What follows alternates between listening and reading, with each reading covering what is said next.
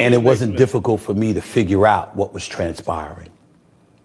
As I sit here before you today discussing this matter, ESPN and Disney have a wait and see attitude when it comes to whatever evidence they may learn about this entire situation involving Shannon Sharpe from a legal and from a civil perspective. What they didn't need, as it pertains to those two things that I just mentioned, they didn't need any definitive evidence at this particular moment in time about all of that stuff once all the things Shannon Sharpe's lawyer put out there. It was uncomfortable to listen to, and it was not something that Walt Disney once associated with its brand. So to have him on the airwaves while all of that stuff was put out there was not something that Disney was going to take. That is what I mean when I say I'm not surprised.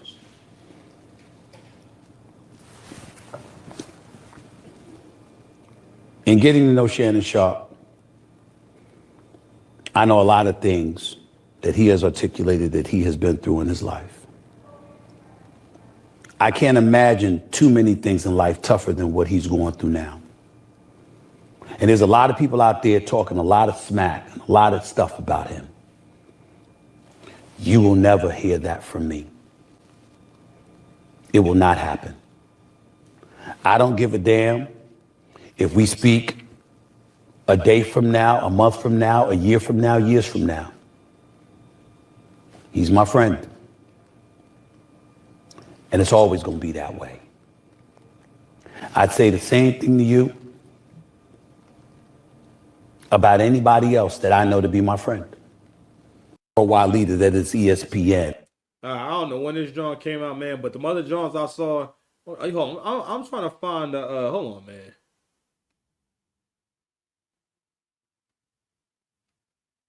I'm not really jacking it because let me tell you something. When the same lawyer was trying to sue Jay-Z, right? Stephen A. Smith, he had way more passion.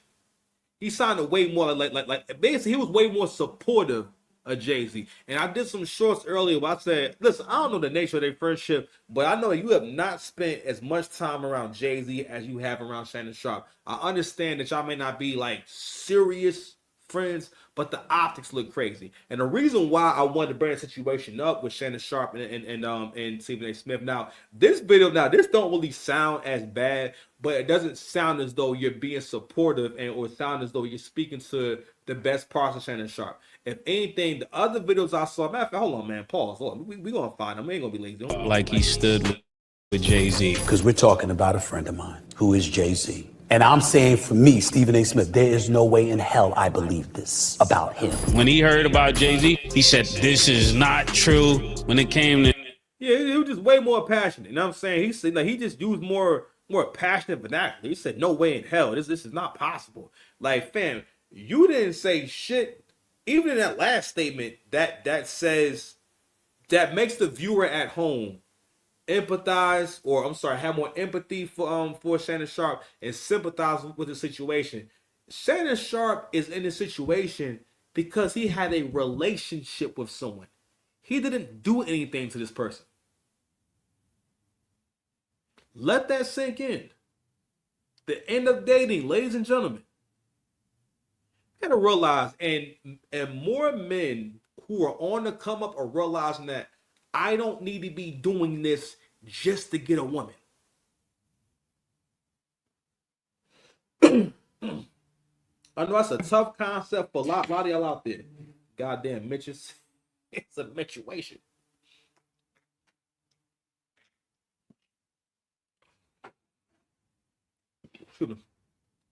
When I was in my earlier 30s and whatnot, right, that was one of my fantasies. And over time, and I'm glad that I had the relationship that I did have for a few years, because it really changed how I looked at relationships. You know what I mean? In terms of what I thought was possible, in terms of what I thought I could get from a woman and whatnot.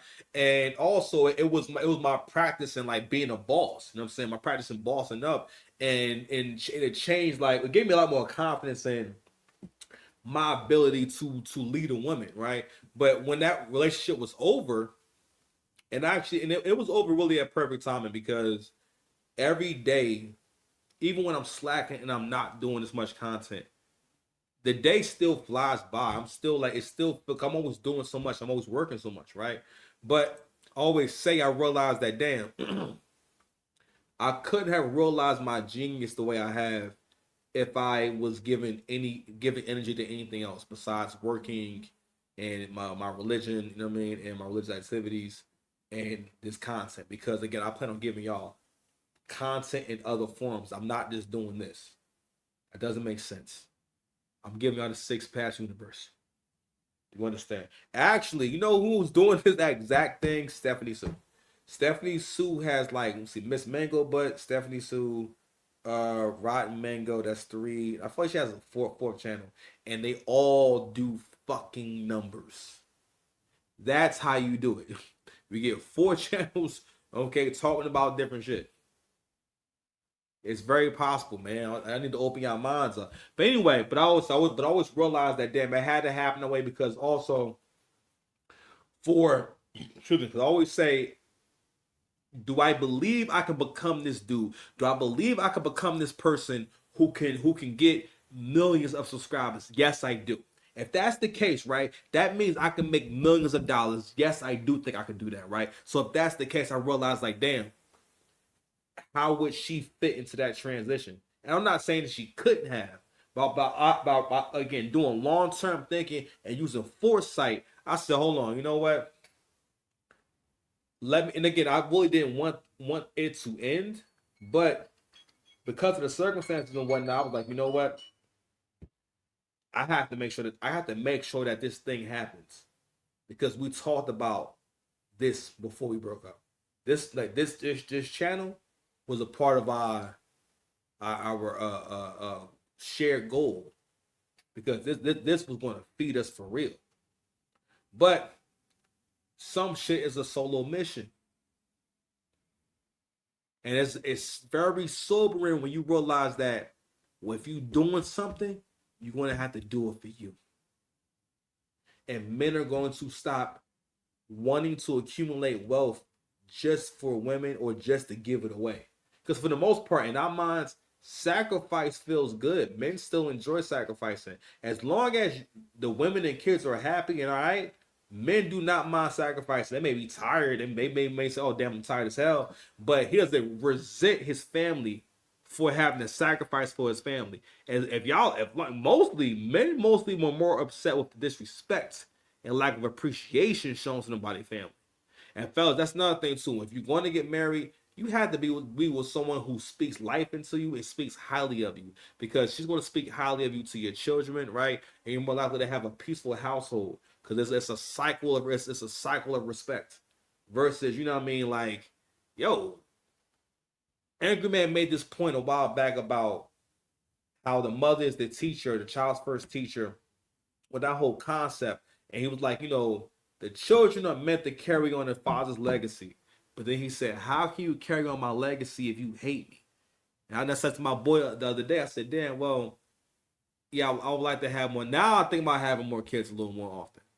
But also, I want to be with someone who raises my kids to respect me and to appreciate me. You know what I'm saying?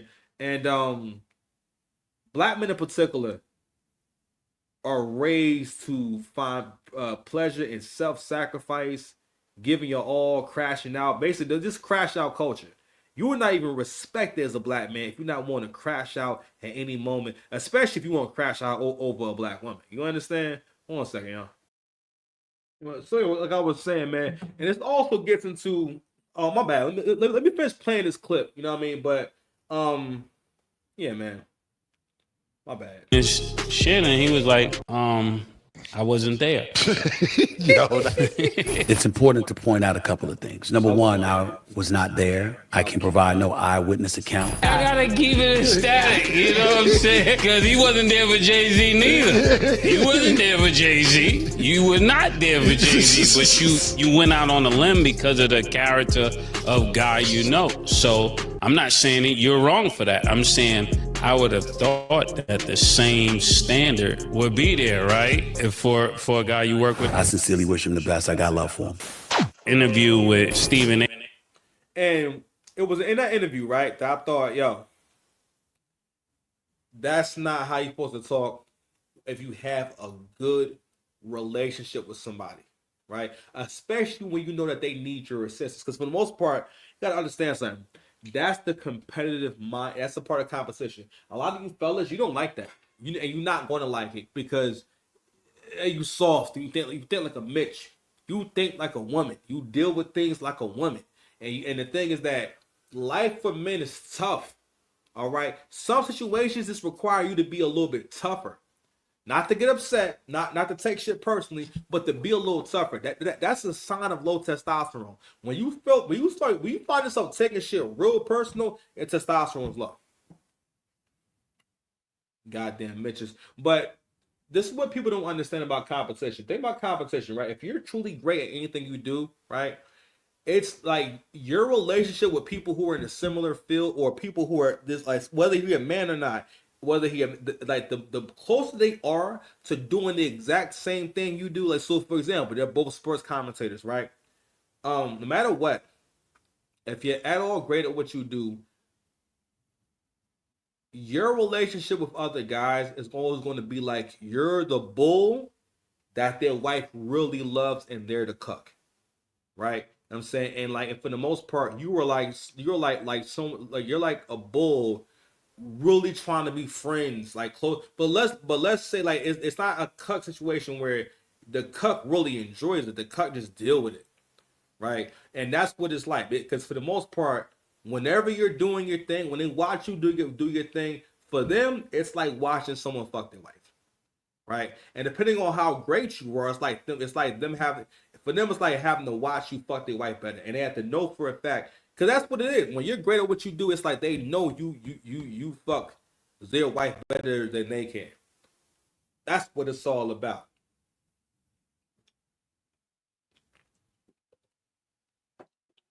Which is why you have to understand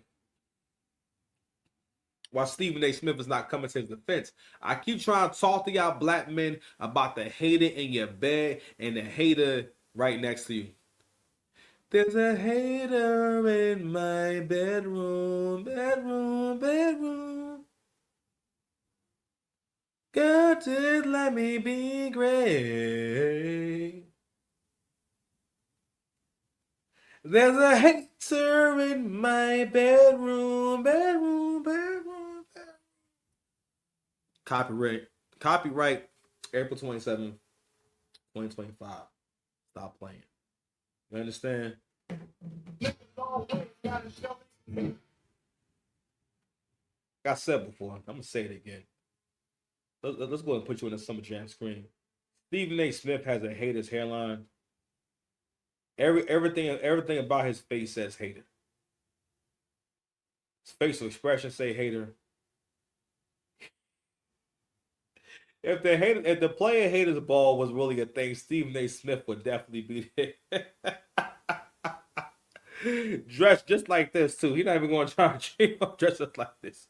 But listen, that's real talk though. Like I was saying before, black men, you in particular, you are conditioned to tolerate disrespect and people shit on you to your face every chance they get. Cause like I was listening to Angry Man earlier, and this activity that goes on in the black community where if you're at all exceptional, it's always people around you that think that their job is to try to make sure that you don't feel too good about yourself or you don't see the truth about yourself. Let me tell you something. Whenever someone gives you a compliment, that means it's 5 times as true. Cause you gotta think how impressed do you have to be with something or someone to say it out loud to them? It's like a body odor, right? You know how bad somebody gotta smell for you to come tell them, hey man, hey Hey, you know what? Hold on. Your body. If you love me, let me get your body. It's like that. Man. All right, man. Yeah. So that nigga Stephen A. Smith is a hater, and I don't like how he handling shit. And I said it before. And black men, y'all need to do better with realizing when you're around that shit. But I'm sorry, but real talk. That's why I learned from battle rap. You know what I mean? And I start understanding that I don't need y'all flowers. I don't need y'all niggas to tell me I'm amazing. Nigga, I'm fucking amazing. You understand? I'm fucking great at rapping. I rap very good. Very good. But as a grown man, almost 40 years old, I started questioning myself on how many times I need to receive validation? How many times I need niggas to tell me how good I am or something? You know what I'm saying? How much validation do you need? You got to realize that when you're a winner, there's always people around you who feel like you've done enough winning. I think you've had enough winning. I want to see you lose a little bit now.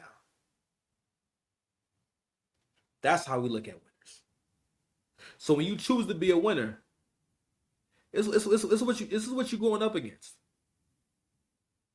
The more of a winner you are, the less you're seen as a person. Angry Man's been doing a really in-depth breakdown on this whole thing, masterclass, right? And he said a lot of profound things. But one thing he said was Shannon Sharpe is going through all this because he had a relationship.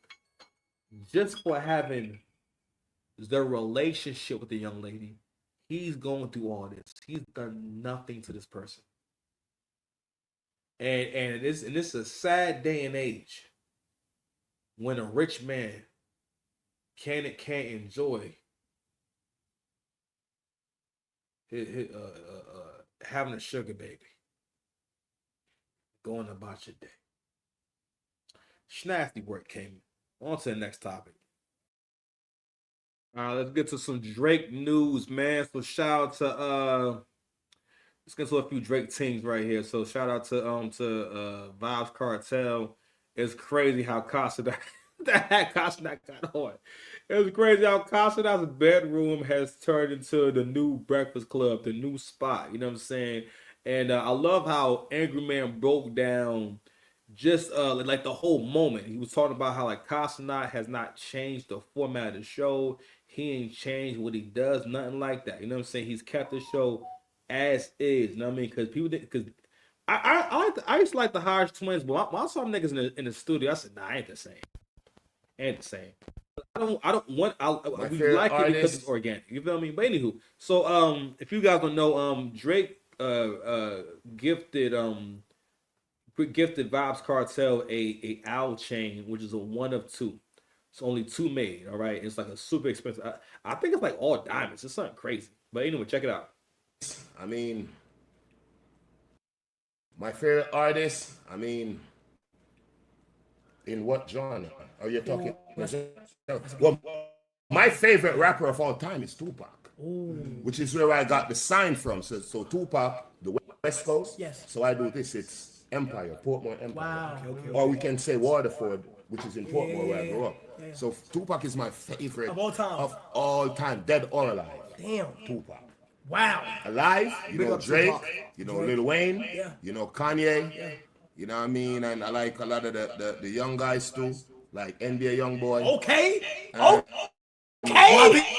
YB. That's it. And wow. And the guy from Chicago, light skin dude. I think he's in prison. Lil Durk. Tough. Seeing and also Pop Smoke that passed away. R.I.P. Pop. R.I.P. Pop. The smoke would never You smoke would are never. something special. I take. So the reason why I brought it up, you know what I'm saying, because I'm about to now, and I'm gonna show you this shit right here. Because it's about the hater in your bedroom, and it's also about the hater in your circle, the hater that you're close to right now. Black men, for the most part, are expected. If you're in the community, man, a part of being in the community is accepting abuse. And no matter how great you are, you can't just be great. You got to also. Black people don't see you as a complete person, or maybe we think it's a part of the experience that. All right, even if I give you your flowers, I still have to make a big deal out of any flaw you have. You know what I'm saying? Or I need to get at you. Or I have to make again. Maybe it's the process of humbling you. I'm not saying that you shouldn't have humility or you shouldn't be humble, but it's a difference in, okay, you're doing things where you're getting really out of pocket, or you're getting disrespectful, or you're being abusive, and I'm correcting you because what you're doing is having a negative impact. Black people will do this shit just for seeing you exist and do well. You know what I'm saying? But anywho, the other day, yo, your boy Drake got a $1,023,000 payout after betting $620K on the Timberwolves to beat LeBron and the Lakers. Shout out to Drizzy, man. Shout out to Drake, man. You understand? They hate it in your bedroom. They hate it right next to you. You know what I'm saying? Listen, LeBron was probably always a hater. All right? Because you gotta understand, all kings don't show love to other kings. You know what I'm saying? All kings don't want to be in a room with other kings. You think that, oh man, I found a peer, we can talk, we can relate. Nah, nigga, no, nigga, like to them, you are a bull. And they are in an involuntary cuck. And with that, we out of here, baby. I'm making burgers. What are you doing with life? But nah, real talk, man. I'm trying to give y'all some short shows, man. We're gonna be getting back to it soon, you know what I mean? But we're gonna be saying we're doing a lot more shorts as of recently. Coming up, and I'm gonna be getting back into doing the raps and all that, right? So I got y'all, man. So we're getting back to the raps, the shows, you know what I'm saying? So for next week, I want to give y'all 4 hour and a half or 2 hour shows. I'm trying to do a whole purge for my StreamYard. So I'm gonna be putting out a lot of content over next week so I can purge my StreamYard and erase like mad videos. I have like no storage in StreamYard. But anyway, love y'all. Subscribe to the channel.